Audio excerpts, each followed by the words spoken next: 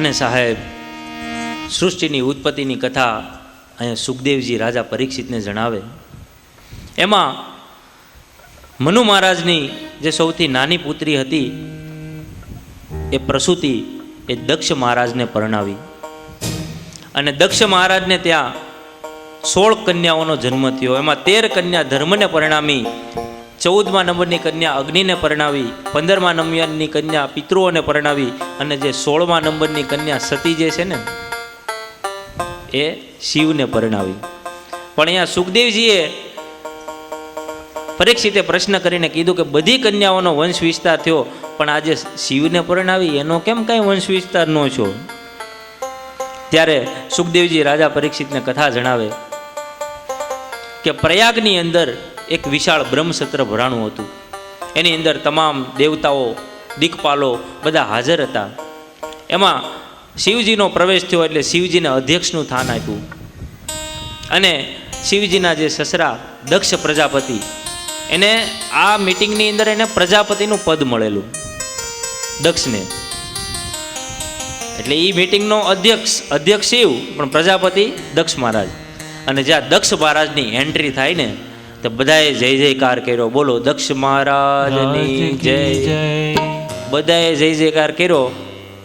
પણ શિવજી પોતાના ધ્યાનમાં હતા એટલે એને ખબર નહીં કે અમારા સાસરા હાહારા આવ્યા છે, એટલે એણે કાંઈ જય જયકાર કર્યો નહીં. અને એ એના ધ્યાનમાં રહ્યા. એટલે અહીંયા દક્ષને બહુ ખોટું લાગ્યું કે આ બધા મારું સ્વાગત કરે અને આ મારો જમાઈ જ મારું સ્વાગત નથી કરતો. આ તો બહુ ખોટું કહેવાય. અને સાહેબ, ગાળો છે ને ગુજરાતીમાં દેવાય એવું નહીં, સંસ્કૃતમાં ગાળો આપી છે. કેવી કેવી ગાળો! સ્મશાનમાં રહી છે, ભૂત પ્રેત સાથે રહી છે, ગળામાં સર્પ રાખે છે, મરકટ બદન. આટલી ગાળો શિવને આપી છે, છતાં શિવ કશું બોલ્યા જ નથી. અને આટલી બધી ગાળો આપીને એટલે શૃંગીથી રહેવાનું નહીં. અને શિવનો જે ગણ હતો ને એને કીધું કે તે જે મુખથી શિવની નિંદા કરી છે ને એ મુખ તારું કપાઈ જાય અને ત્યાં અજ કહેતા બકરાનું મુખ લાગી જશે. બ્રહ્મસત્ર ત્યાંને ત્યાં સમાપ્ત કરવામાં આવ્યું અને શિવજી કૈલાસ આવી ગયા. અને દક્ષ પ્રજાપતિએ વિચાર કર્યો કે આ મારું અપમાન કર્યું એટલે હવે હું શિવને અને એની દીકરી જે સતી હતી એને હું સુખેથી જીવવા નહીં દઉં. અને દક્ષ પ્રજાપતિએ કંખલની અંદર એક બૃહસ્પતિ સર્વ નામના યજ્ઞનું આયોજન કર્યું. અને એણે વિચાર કર્યો કે બધા દેવતાઓને બોલાવવા છે, એક આ મારો જમાઈ અને સતી બેન જ નથી બોલાવવા. અને ઓલા વિષ્ણુ ઉપર એ ખીજાણો કે વિષ્ણુ જ્યાં બેઠા હતા એ કંઈ બોલ્યા નહોતા, એને ન સંભાળી લેવું જોઈએ. વિષ્ણુ કે હું બધું પાલન કરું છું. બ્રહ્મા ઉપર એ ખીજાણો એ કે બ્રહ્મા કે હું સૃષ્ટિનું સર્જન કરું તો આનો બધું ડખો છો સંભાળી લેવું જોઈએ. એ બેને આમંત્રણ ન આપ્યું, નો બ્રહ્માને આપ્યું, નો વિષ્ણુને આપ્યું, અને આ બેને તો હતું જ નહીં. અને વિશાળ યજ્ઞનું આયોજન કર્યું, બધાને બોલાવા, આ બેને નહીં. પણ શિવ સાહેબ એટલા બધા શાંત કે શિવ ઘરે આવ્યા પણ સતીને વાત ન કરી કે હું તમારા પિતા અરે આ બધું ડખો કરીને આવ્યો છું, એવું કીધું નહીં. કે ભાગવતની અંદર નારીને પ્રસન્ન કરવા માટે તમે અસત્ય બોલો ને તો એમાં પાપ નથી. ભાગવતમાં પ્રમાણ છે 6 જગ્યાએ અસત્ય બોલો તો એની અંદર પાપ લાગતું નથી. ત્રિષુ નર્મ વિવાહે ચ વૃત્યર્થે પ્રાણ સંકટે અને ગો બ્રાહ્મણ રક્ષંતે. ત્રિષુ એટલે પોતાની સ્ત્રીની આગળ તમે અસત્ય થોડું ઘણું, કોઈ પુરુષ હોય કોઈ વિદેશમાં ગયો હોય અને ત્યાંથી પોતાની પત્ની હાટું હારો હાડલો લાવ્યો હોય અને 500 રૂપિયાનો હાડલો લાવ્યો હોય ને એની સ્ત્રીને એમ કહે કે હું 5000નો હાડલો લાવ્યો તો એમાં કંઈ પાપ નથી. સ્ત્રીને પ્રસન્ન કરવા માટે તમે અસત્ય બોલો તો ત્યાં કંઈ પાપ નથી. ત્રિષુ નર્મ, નર્મ એટલે આ વિનોદમાં નથી લોકો એપ્રિલ ફૂલ બનાવતા, મજાકમાં કોઈ અસત્ય બોલે એમાં પાપ નથી. અને ત્રિષુ નર્મ વિવાહે છે, એક મોટું વિવાહે છે. લગ્નની અંદર તમે આ વરા જે બેનો ગીતો ગાય ને એ લગભગ મોસ્ટ ઓફ બધા ખોટા. વરાજાના જ વખાણ કરવાના હોય, નહીં તો વરાજો દીઠો ગમે એવો ન હોય. મંડપવાળા એને બધા પકવાન એવા સરસ બનાવ્યા હોય, પણ વરાજાનું તમે મોઢું જોવો ને તો બધું આપણું મરી જાય. રાતે ગોગલ્સ પહેર્યા હોય રાતે, અને કાળા ચશ્મા રાતે ચડાવ્યા હોય ને એ પાછો ઘોડા ઉપર ચડ્યો હોય. એક આંખે ફૂલું હોય ને બીજી બિલકુલ ન હોય, તોય બેનો એમ કે વીરો મારો ઝગમગ ઝગમગ થાય. વરાજાના જ વખાણ કરાય ને. એટલે એની અંદર આપણે અસત્ય બોલીએ તો ચાલે. એટલે વરાજો ઉશીના પૈસે પરણવા ગયો હોય, 3 વર્ષ નોકરી કરે તોય લેણું ભરપાઈ ન થાય, એવી સ્થિતિમાં વરાજો પરણવા ગયો હોય તો બેનો શું કહે? લાખો પતિને સાજણ બેઠું માંડવે, લાખો પતિને સાજણ બેઠું માંડવે, નાણાવટીને સાજણ બેઠું માંડવે, નાણાવટીને સાજણ બેઠું માંડવે. એટલેથી અટકે તો બરાબર છે. પછી પાછા શું કે? એવા રેશમ કેરા ટાકા, એવા રેશમ કેરા ટાકા, એવા વરરાજાના કાકા, એવા વરરાજાના કાકા. વરરાજાના કાકાને મોઢામાં દાંત ન હોય. સોડાની બાટલીનો જે પાછળનો કાચ હોય ને એવા ચશ્મા પહેર્યા હોય, તો બેનો એમ કે જેવા રેશમ કેરા તાકા એવા વરરાજાના કાકા. તો આપણને એવું લાગે કે આ રેશમ આવું આવ્યું લાગે હમણાં, કરકોસલી વાળું, પણ લગ્નમાં છૂટ છે. જેવા રેશમ કેરા તાકા, એવા રેશમ કેરા ટાકા, એવા વરરાજાના કાકા, એવા વરરાજાના કાકા. આખો પતિ રે સાજણ બેઠું માંડવે, નામો પતિ રે સાજણ બેઠું માંડવે. અણવર સાહેબ ગમે એટલા રૂપાળા હોય પણ અણવરના થોડા ગવાય. વર જેટલું માન મળે પણ કન્યા ન મળે. અણવર અણલકી, એટલે વરાજાના જ વખાણ કરાય. એટલે અહીંયા વિવાહમાં છૂટ છે કે વિવાહમાં તમે અસત્ય બોલો તો ચાલે. ત્રિશુ નર્મ વિવાહે છે વૃત્યર્થે. થોડો વેપારમાં આમણ સંકટે, જ્યારે માણસના પ્રાણ સંકટમાં હોય ત્યારે અસત્ય બોલો તો ચાલે. અને ગો બ્રાહ્મણ રક્ષંતે, જ્યારે ગાય અને બ્રાહ્મણની હિંસા થતી હોય ત્યારે માણસ અસત્ય બોલે ને તો ચાલે. પણ અહીંયા શિવજીએ કાંઈ વાત જ ન કરી કે મારે આ બધું થઈ ગયું. અને એવામાં જે દક્ષ પ્રજાપતિએ જે આયોજન કર્યું એમાં બધા દેવતાઓ વિમાન લઈ લઈને નીકળ્યા. ને જવાની જગ્યા તો કેટલી બધી હતી, પણ કૈલાસ ઉપરથી જ નીકળ્યા. એટલે આ ખબર પડે કે અમે યજ્ઞમાં જઈએ છીએ, નહીં તો બધી જગ્યાએથી જઈ શકાય એમ હતું. શિવજી વિચાર કરે, જાઓ જાઓ જાઓ ભાઈ જાઓ, 2 ટીપા અમૃતના પી ગયા છો એટલે ફાંકો મારો છો, પણ હાસુ અમૃત તો ઝેર પીધું હોય એને કહેવાય. થોડું થોડું દેવતાઓએ પીધું છે, નહીં તો એને ખબર ન પડે બ્રહ્મા વગેરે યજ્ઞ થાય. જ્યાં વિષ્ણુનું થાપણ ન હોય, જ્યાં શિવનું થાપણ ન હોય, ત્યાં યજ્ઞ થાય. અને સતીનું ધ્યાન તે વિમાન તરફ જાય છે. સતી કહે છે કે હે શિવજી, આ વિમાનો ક્યાં જાય છે? અને પછી અહીંયા શિવે વાત કરી છે કે દેવી, આ બધી ગોઠવણ જે તમારા પિતાએ કરી છે ને એ આપણને અપમાન કરવા માટે કરી છે. તમારા પિતા યજ્ઞનું આયોજન કરે છે અને બધી દીકરીઓને આમંત્રણ આપ્યું છે, બધા દેવતાઓને આમંત્રણ આપ્યું છે, પણ તમે મારા પત્ની હોવાને કારણે મને ને તમને આપણને બેને આમંત્રણ નથી. ત્યારે સતી કહે છે કે પિતાની ઘેરે કોઈ શુભ કાર્ય હોય તો દીકરી વગર આમંત્રણે જઈ શકે, ભાઈની ઘેર બહેન વગર આમંત્રણે જઈ શકે, ગુરુની ઘેર શિષ્ય વગર આમંત્રણે જઈ શકે. પણ અહીંયા શિવ કહે છે કે ત્યાં જવામાં કલ્યાણ, તદપી વિરોધ માન જહ કોઈ તહાં ગયે કલ્યાણ ન હોય. સતીને ઘણું સમજાવ્યા કે આવ નહીં, આદર નહીં, નહીં નહીં નો માં ને એ ઘર કદી ન જઈએ જ્યાં કંચન વરસે મેઘ. જ્યાં આવકારો ન હોય, આદર ન હોય, ત્યાં ન જવાય, ભલે ત્યાં સોનાનો વરસાદ થતો હોય. પણ સતી એમ કહે છે કે ગમે એમ તો મારા પિતાને મારે જવું જોઈએ. બીજો હોય ને શિવની જગ્યાએ તો એમ કહી દે કે હવે તું જા, પાછી આવતી.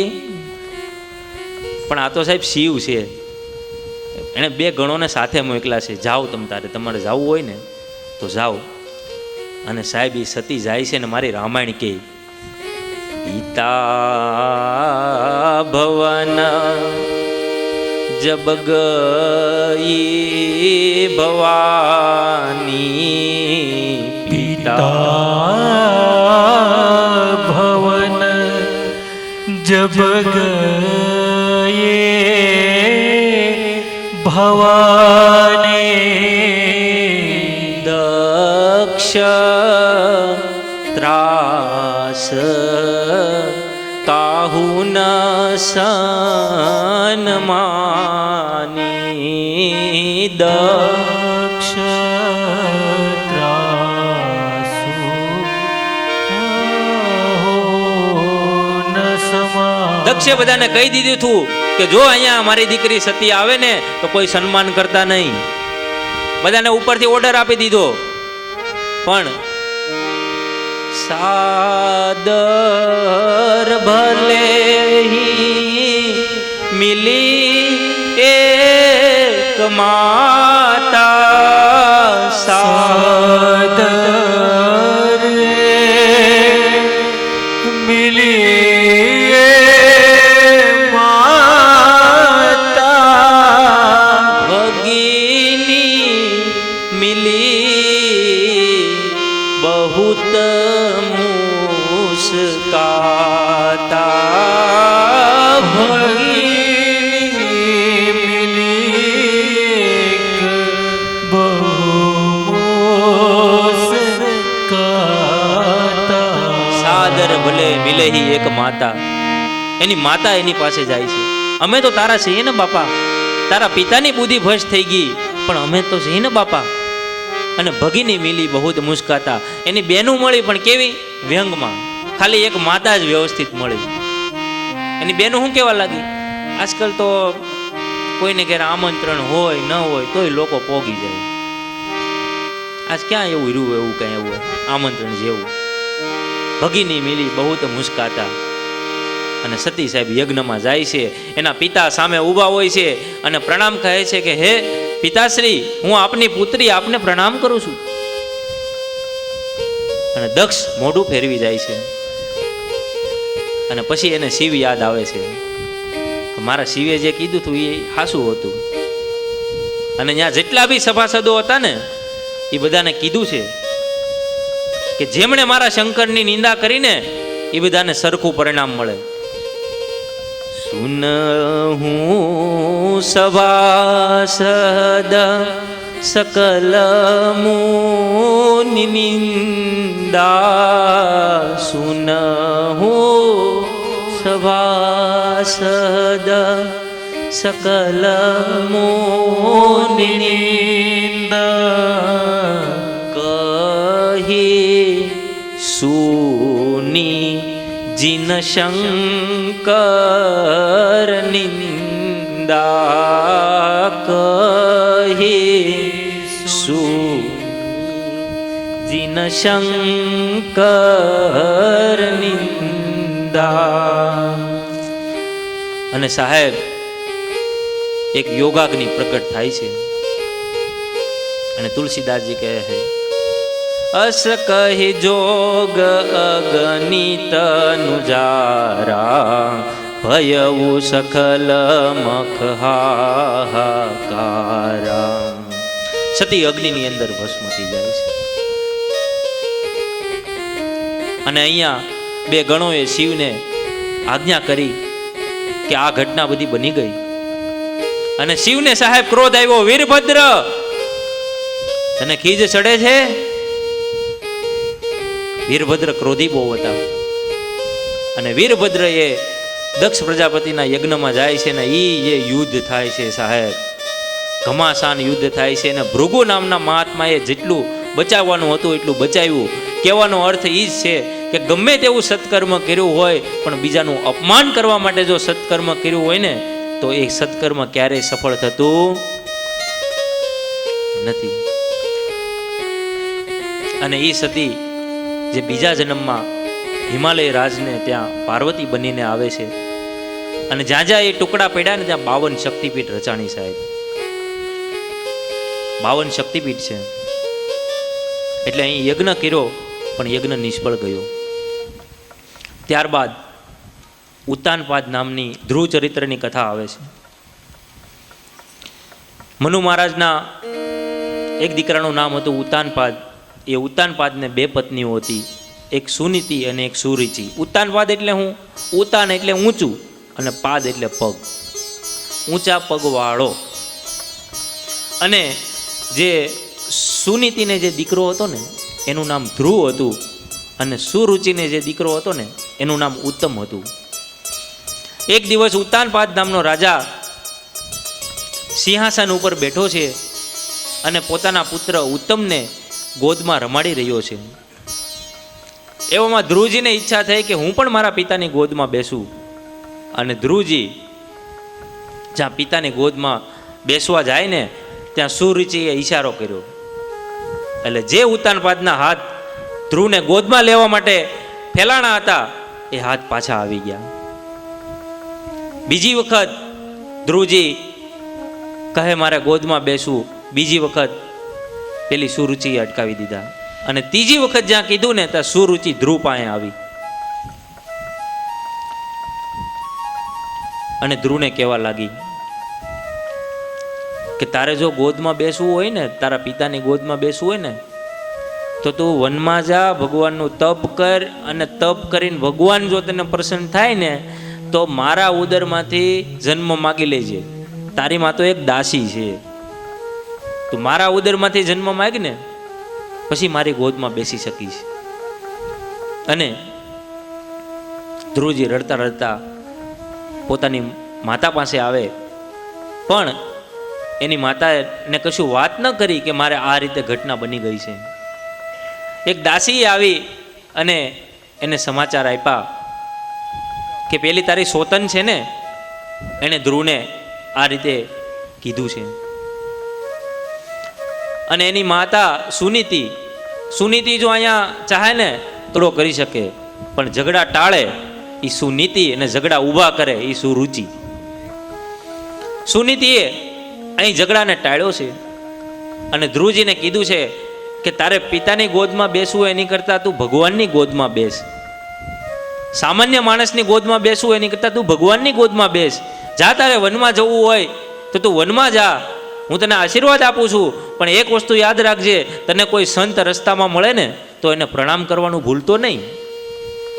અને ધ્રુવજી સાહેબ નીકળી જાય છે. રસ્તામાં એને નારદજી મળે છે. નારદજી પૂછે છે શું નામ તારું? મારું નામ ધ્રુવ છે. રાજકુમાર છો? હા. રાજકુમાર આમ જંગલમાં ભટકવા નથી આવ્યો. મારે ભગવાનનું ભજન કરવું છે, મારે ભગવાનનું તપ કરવું છે, મને કોઈ સારો મંત્ર આપો.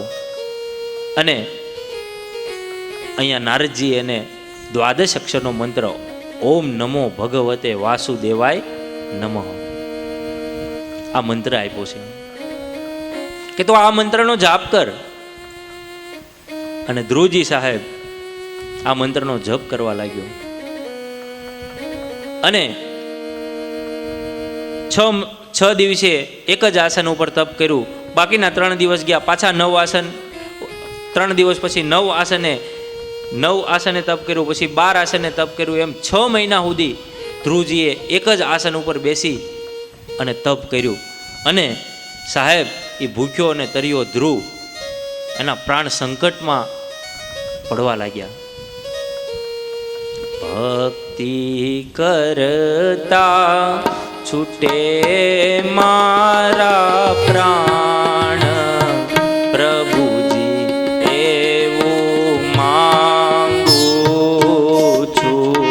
ભક્તિ કરતા છૂટે મારા પ્રાણ પ્રભુજી એવું માગો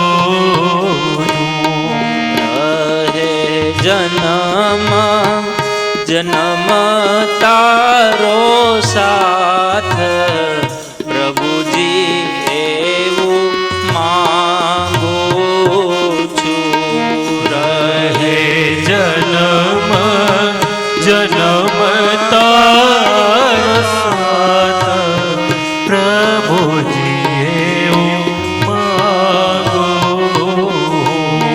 તારું મુખડું મનોહર જોયા કરું. તારું મુખડો મનોહર જોયા કરો રાત દિવસ ભજન તારું ગાયા કરો.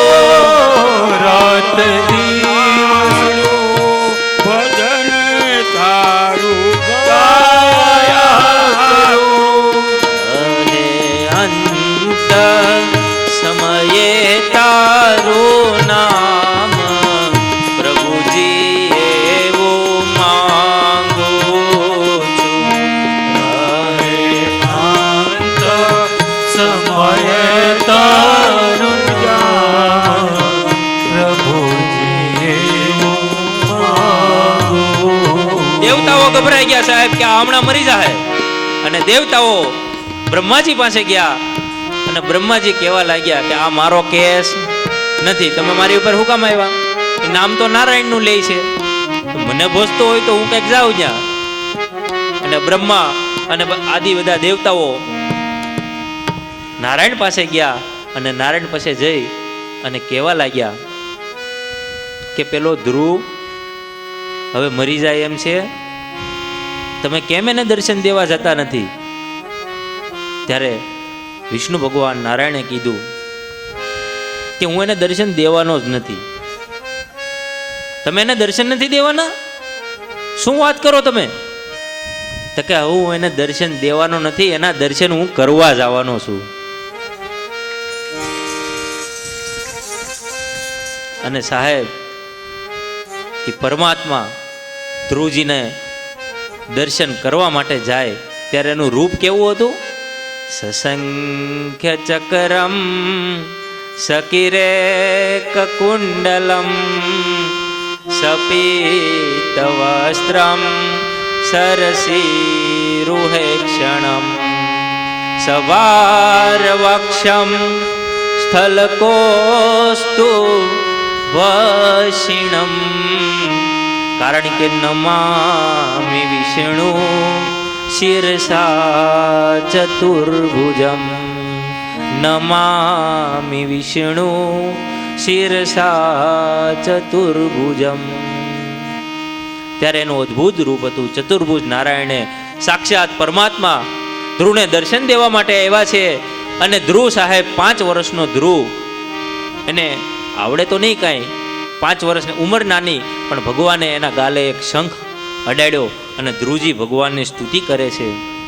અને ભગવાને ધ્રુવને વરદાન માગવાનું કીધું. ધ્રુવે કાંઈ માગ્યું નહીં, અને છતાં કાંઈ ન માગ્યું ને તોય ધ્રુવને 36,000 વર્ષ સુધી રાજ્ય આપ્યું છે.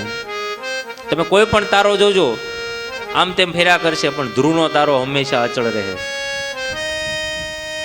અને ધ્રુવને અવિચળ પદ આપ્યું. ધ્રુવને આપ્યું અવિચળ રાજ પોતાનો કરી થાપ્યો રે. હરિને ભજતા હજુ કોઈની લાજ જતા નથી, હજુ કોઈની લાજ જતા નથી જાણે. ધ્રુવને સાહેબ અવિચળ રાજ્ય આપ્યું, એ કથા બતાવી. અને ધ્રુવની 7 પેઢી સુધી બધું બરાબર ચાલ્યું, પણ 8મી પેઢીએ એક દીકરો થયો, એનું નામ હતું વેન રાજા. એ જે ધ્રુવની આખી કીર્તિ હતી ને, એ કીર્તિમાં વેન રાજાએ કલંક પાડ્યો. એને એક દિવસ બ્રાહ્મણોને જમવા બોલાવી અને જમવામાં માંસ પીરસ્યું, અને બ્રાહ્મણોએ એને શ્રાપ આપીને મારી નાખ્યો. એમની માતા સુનીતા એમની પાસે આવી કે તમે મારા દીકરાને મારી નાખ્યો. તમને મારવાનો અધિકાર તો જ છે જો તમે એને જીવતો કરી શકો. અને સાહેબ, પછી એ બ્રાહ્મણોએ જ્યાં વેન રાજાના બાહુનું જે મંથન કર્યું ને, એમાંથી પૃથુ રાજાનું પ્રાગટ્ય થયું. અને એ પૃથુ રાજાએ એવું રાજ્ય કર્યું કે આ જે ધરા સુકાઈ ગઈ હતી એને રળિયામણી કરી, અને ત્યાંથી આ ધરાનું નામ પૃથ્વી પાડવામાં આવ્યું. એટલે એક